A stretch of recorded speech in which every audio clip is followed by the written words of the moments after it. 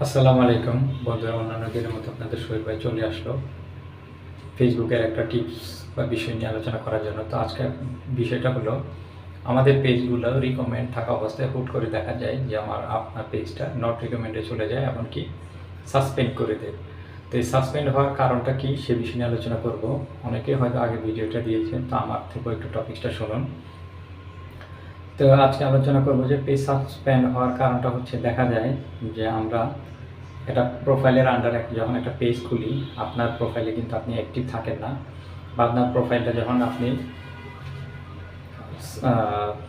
Professional dashboard on করেন, তখন দেখা যায় যে ওই পেজে আপনি আগে যে ভিডিওগুলো দিয়েছেন, অন্যের ভিডিও, অন্যের ছবি, অন্যের কিছু শেয়ার করেন, তখন কিন্তু এটা আস্তে আস্তে কিন্তু ফেসবুক আপনার প্রবলেম দেখা দেয়। আসলে দেখা যায় প্রোফাইলটা হচ্ছে মাদার বা মূল গাছ, ওইটার আন্ডারে যে আপনি পেজ খুলতেছেন, সেই পেজে কিন্তু সমস্যা আসছে।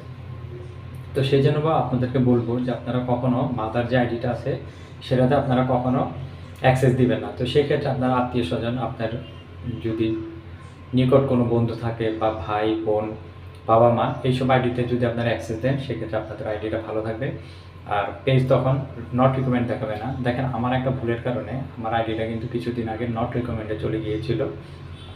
পরবর্তীতে আমি অনেক ফেসবুক, ইউটিউব, অনেক বড় বড় আইডি ঘাটাঘাটির পরে বুঝতে পারলাম যে আমি আসলে আমার যে মূল মাদার আইডিটা ছিল সেটার আন্ডারে আমি অ্যাক্সেস দিয়েছিলাম। তো আমি সেটা কিছুদিন আগে চেঞ্জ করে আমি আবার অন্য একটা আইডি অ্যাক্সেস দিয়েছি।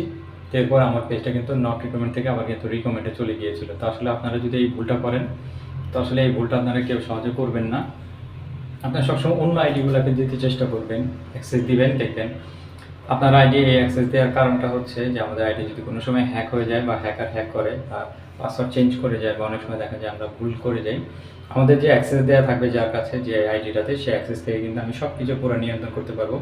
বিশেষ করে আমার আইডিটা যখন আপনার হ্যাকারের কাছে চলে যাবে, আমরা কিন্তু তখন সহজে হ্যাকার থেকে কিন্তু নিতে পারবো আইডিটা, এবং সহজেই কিন্তু আমি যে অ্যাক্সেস যে আইডিটা দিয়েছি সেই আইডিটাতে থেকে কিন্তু আমি পাসওয়ার্ড চেঞ্জ করতে পারবো। তো আজকে টপিকসটা ছিল গুরুত্বপূর্ণ। যদি বুঝে থাকেন অবশ্যই সুন্দর একটা কমেন্ট করবেন আর শেয়ার করে দেবেন। আসলে সোহেল ভাই আপনাদের জন্য চেষ্টা করে ফেসবুক ট্যাগ বিষয়ে ভিডিও বানানোর জন্য। আর আমার এই ভিডিওটা অবশ্যই আমি হেল্পফুল, নতুন যারা আছেন তাদের জন্যই বানাই। অ্যাক্সেস দিবেন, অ্যাক্সেস দেওয়া ভালো, আপনার আইডিটা সুরক্ষা থাকবে, এবং কেউ যদি হ্যাক করতে চায় আপনার আইডিটা সহজে সেই হ্যাকার থেকে আপনি কিন্তু নিতে পারবেন। আর অ্যাক্সেস দিলে দেখা যায় অনেক সময় আপনি যদি কাজের ক্ষেত্রে ব্যস্ত থাকেন, যাকে অ্যাক্সেস দিয়েছেন তার কাছে যদি আপনার কোনো ভিডিও থাকে বা ছবি থাকে, যে কোনো কিছু, সেই অ্যাক্সেস থেকে কিন্তু সে ভিডিও দেখতেও পারবে, কমেন্ট করতে পারবে, রিপ্লাই করতে পারবে। এতে কিন্তু ভালো। তা আমি বলবো আপনাদেরকে যে আজকে টপিকসটা ছিল যে অ্যাক্সেস বিষয়ে।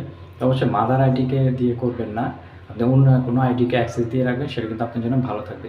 তো সবাই ভালো থাকবেন। আজকে ভিডিও এই পর্যন্ত। আল্লাহ হাফিজ।